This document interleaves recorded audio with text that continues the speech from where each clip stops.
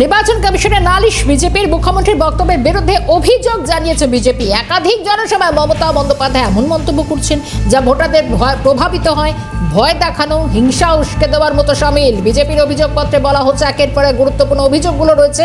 উত্তরবঙ্গে মুখ্যমন্ত্রীর বক্তব্যে রাজনৈতিক মত প্রকাশের স্বাধীনতা ক্ষুণ্ণ হচ্ছে, ভোট ও গণনার দিন প্রতিরোধ গড়ে তোলার আহ্বান পরিস্থিতিকে আরো উত্তপ্ত করতে পারে দাবি বিজেপির। বাসন্তীতে বিজেপি কর্মীদের উপর হামলার ঘটনাকেও তুলে ধরা হয়েছে। কেন্দ্রীয় প্রতিমন্ত্রী সুকান্ত মজুমদার কি বলছেন শোনাই। তাই আমরা নির্বাচন কমিশনের কাছে আমাদের 6টি দাবি আমরা তুলে ধরেছি। সেই দাবিগুলোতে মমতা বন্দ্যোপাধ্যায়ের বিরুদ্ধে ভারতীয় ন্যায় সংহিতা অনুসারে উপযুক্ত ব্যবস্থা নেওয়া। ন্যায় সংহিতা অনুসারে উনি ক্রাইম করেছেন, কারণ উনি থ্রেট করেছেন, জীবনহানির পর্যন্ত থ্রেট করেছেন। তার জন্য তার বিরুদ্ধে ব্যবস্থা নেওয়ার জন্য আবেদন জানিয়েছি, তাকে প্রচার থেকে ডিবার করার জন্য আবেদন জানিয়েছি এবং ইলেকশন কমিশনকে বলেছি আমরা যেন ফ্রি অ্যান্ড ফেয়ার ইলেকশন যেন হয়। এবং ইলেকশন কমিশনের ফুল বেঞ্চ আমাদেরকে আশ্বস্ত করেছে যে ফ্রি অ্যান্ড ফেয়ার ইলেকশন করার জন্য যা যা করা প্রয়োজন ইলেকশন কমিশন তাই করবেন।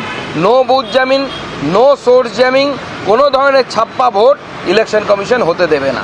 মমতা বন্দ্যোপাধ্যায় হারের ভয়ে যেভাবে তিনি ডেসপারেট ভোটারদেরকে ভয় দেখানোর জায়গায় চলে যাচ্ছে, আমরা তার বিস্তৃত বিবরণ ইলেকশন কমিশনের সামনে তুলে ধরেছি।